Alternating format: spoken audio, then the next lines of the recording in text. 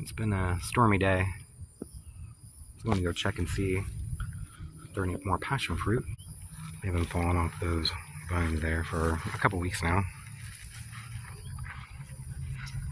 A whole bunch of them under here, ripening.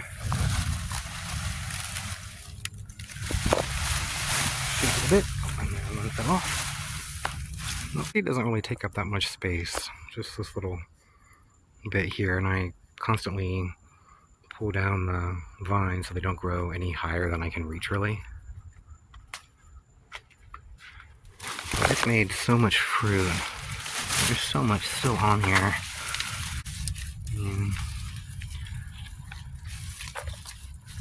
These are going to be, well, a couple dozen on here. I think one of them just fell off. There we go. So there's going to be quite a lot, I think, on here for a while.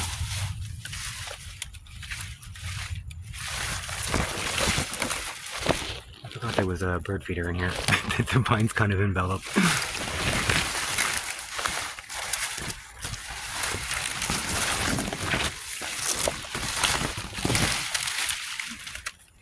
There's still a couple dozen more on there, but I have plenty of them inside. I've been collecting for a few days, and all these here, so I have plenty to make something, to make several things with, I think. I think that's a pretty good amount of passion fruit to work with. I probably won't use all of these at all, so I'm probably going to make a few different things, and then there's at least this many more still out there on those vines, so I'll be making a lot of stuff, I think.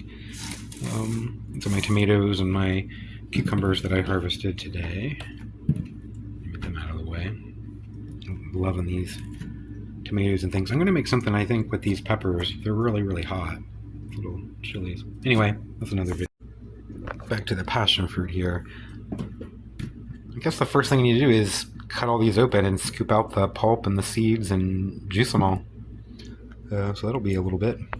I definitely wouldn't be buying passion fruit to make this recipe, like whole fruit. You can buy passion fruit pulp and canned passion fruit juice. You just have to look for it. It's usually in like the international food sections.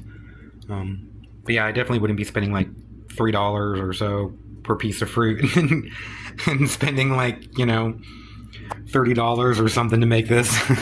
So yeah, don't do that. Go just buy it already. Unless you have your own passion fruit, buy it already like in a can or in the frozen food section. I only need half a cup of juice for this recipe, so I'm pretty sure that's all I'm going to need. And I have plenty. I used most of the wrinkly ones.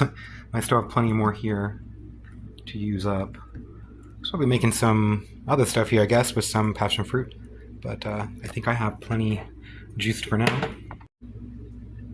This is a really easy, simple recipe. It's just butter, eggs, your passion fruit juice, a tablespoon of cornstarch, and some sweetened condensed milk. And you just mix it together until it starts to kind of thicken up a little bit. And I'll show you here. And you just put it in a graham cracker crust and let it sit overnight. This is a gluten-free graham cracker crust, but you can use regular, just like you can use regular.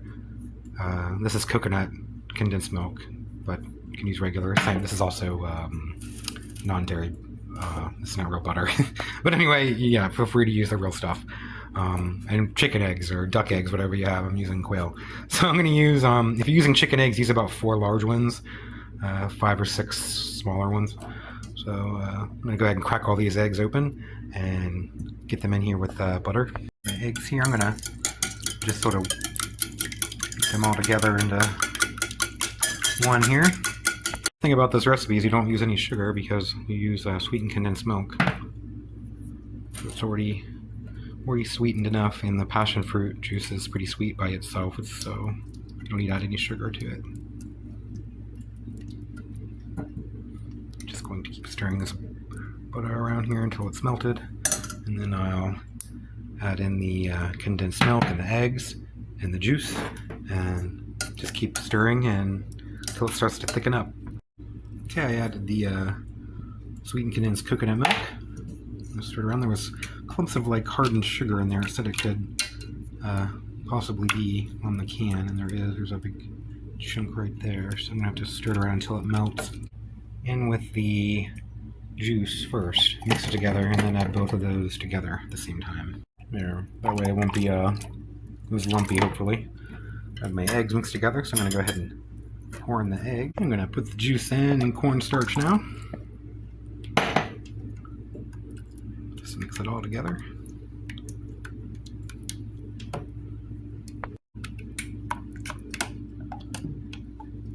Just keep stirring and stirring and stirring. It's starting to thicken up a little bit.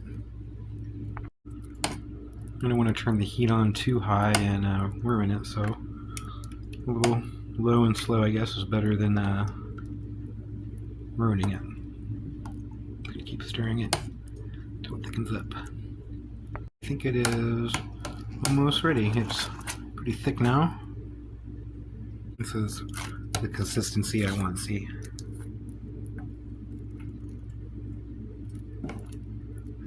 See how it, you can see the lines on it, it's that thick. You can see where you stir it. That's what you want.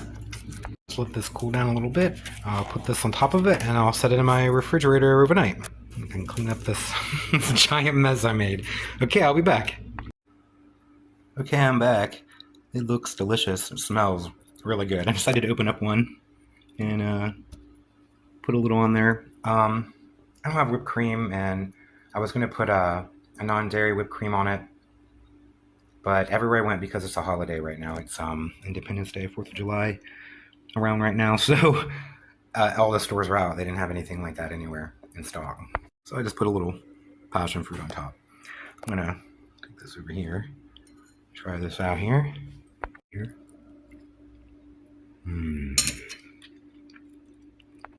That is so good.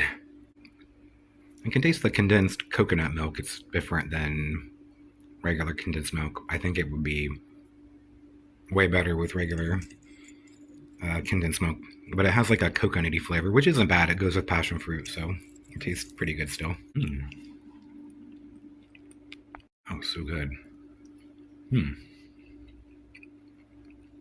I'll be eating this again for breakfast tomorrow. It's great. We'll see if it freezes well, because the rest of it's going in the freezer. And then I can just enjoy it, maybe as a breakfast here and there. It's so good. Bye, everyone. Thanks for watching.